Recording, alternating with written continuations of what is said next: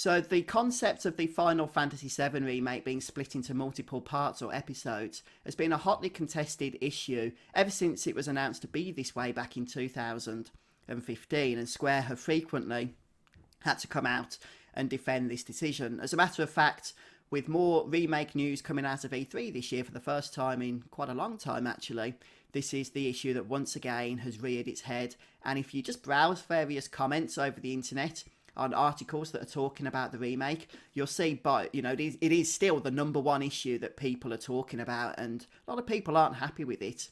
But one thing I've noticed, and it's quite subtle, is that Square, I think it might be down to them trying to do a little bit of damage control, are just changing their language in how they approach this situation.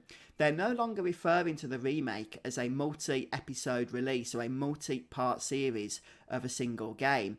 That was how they used to talk about it, but they're not doing that any longer.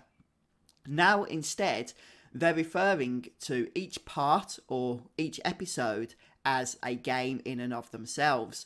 So instead of having one game split into multiple episodes, we now have an overarching project split into multiple full games. Now, from a practical point of view, I don't think anything's changed. As a matter of fact, when this news was first released that the game was going to be split into parts, we were told that each part would be comparable to Final Fantasy XIII. And just as Final Fantasy XIII existed as a trilogy of games rather than a trilogy of parts for one game, that's the kind of thing that they're trying to help us understand about the Final Fantasy VII Remake. And I'm just going to share a quote with you now from Katazi. This was a recent interview by where Katazi was asked about this subject. And he said, to do the whole story was going to be huge. And then when we actually did start planning out the plot, listen to this, for the first game, it hit us again that this is going to be a huge amount of content. At that point, we decided we're going to focus this game on Midgar and what happened in Midgar. And unfortunately, we can't say anything more about the future games after that because we don't know ourselves, really. We really are still fleshing out that process and fleshing out what we're going to do for the second game in the project and what kind of story is going to be in that, so we really can't tell you. I honestly suspect that at some point before E3 this year, all of the producers and the higher end uppers at Square got together and said, look, we need to be careful about the language we're using when talking about the remake project. So we need to stop using the words such as episodes and parts and start using the word game to describe each of these component parts of the overall project. So that then hopefully people will start to realise that this is going to be a full experience in and of itself. And whether that's going to work or not, I'm not sure, but I'm pretty sure it's a deliberate thing because of how the language has changed. I think the reason they are struggling with convincing people of this fact is because of the original game being so infused, I guess, into our consciousness and how that worked. So because the original is one game, it is one self-contained experience. The very thought of splitting that up, it's almost natural for us to just go ahead and assume that they are splitting up one game into multiple parts.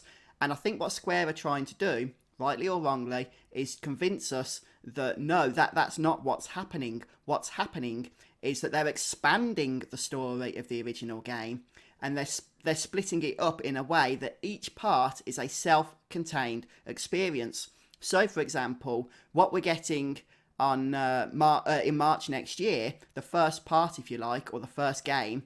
See, I've got to try and get used to this language myself now. The first game is itself going to be a self-contained experience, not just ka-chink, something that's come off the chopping block. That's the approach that Square are trying to take. A lot of people, when they hear, oh, the remake next year, that's only covering the events of Midgar, so many comments over the internet, oh, but Midgar's only a 2 to 3 hour experience, and they're expecting us to pay full price for this. They're not just taking a 2 to 3 hour experience and slapping a $60 price tag on it.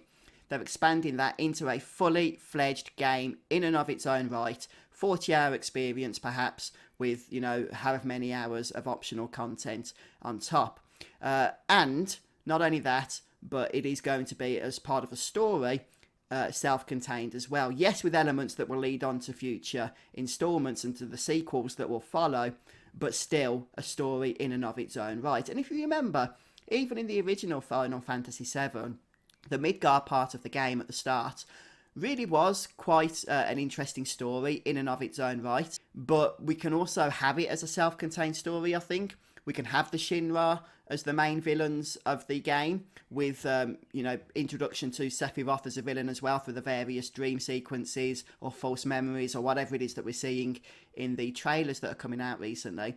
But ultimately, I do think that Sephiroth, a lot of people might not like this, but unfortunately I think it's going to be the case, that Sephiroth is going to be set up in the remake as a future villain for the upcoming sequels. And I do think the main antagonists or the main villains of the first game are going to be the Shinra.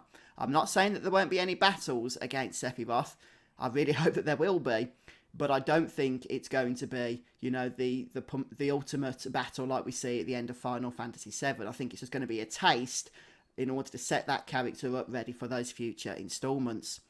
But I think the way they're doing this is that it is still going to be this self-contained experience, so that if you play through the game next year as it's released, and you get through to the end of Midgar, the end of that game, and I guess everything's set up then for the sequel, you would have still have felt like you have played through a full RPG in and of itself, and have the satisfaction of having completed that game.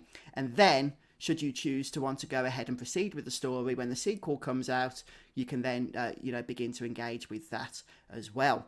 But also, a lot of people are wondering whether when you finally get into the sequel, whenever that is, and even Square themselves said they're only in the planning stages for it, whether that's going to carry over character progression from the first game. Well, obviously nothing's been said about this at the moment, so this is only speculation now.